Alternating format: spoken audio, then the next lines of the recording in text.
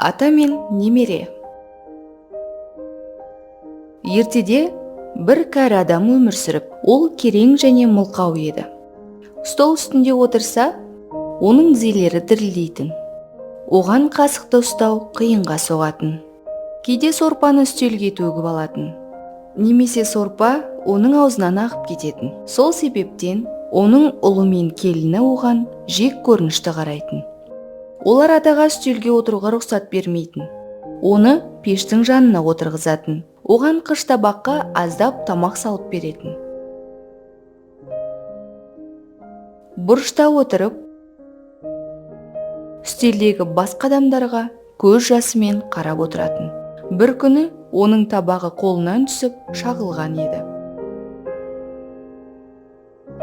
Ал жас келіні оны ештеңе айтпады деп айыптады.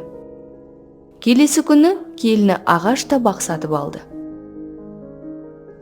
Бір күні 4 жасар немересі отын жинады. «Бұл не үшін?» деп сұрады оның әкесі. «Мен кішкентай ағаш табақ жасаймын» деп жауап берді баласы. «Мен өскенде сендер анам екеуің бұны қолданасыңдар». Күйеуі мен оның әйелі бір-біріне қарап жылап жіберді.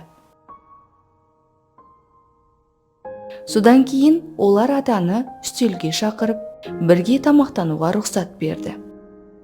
Егер ата тамақты еденге төгіп алса, ұлы мен келіні оған ештеңе айтпайтын болды.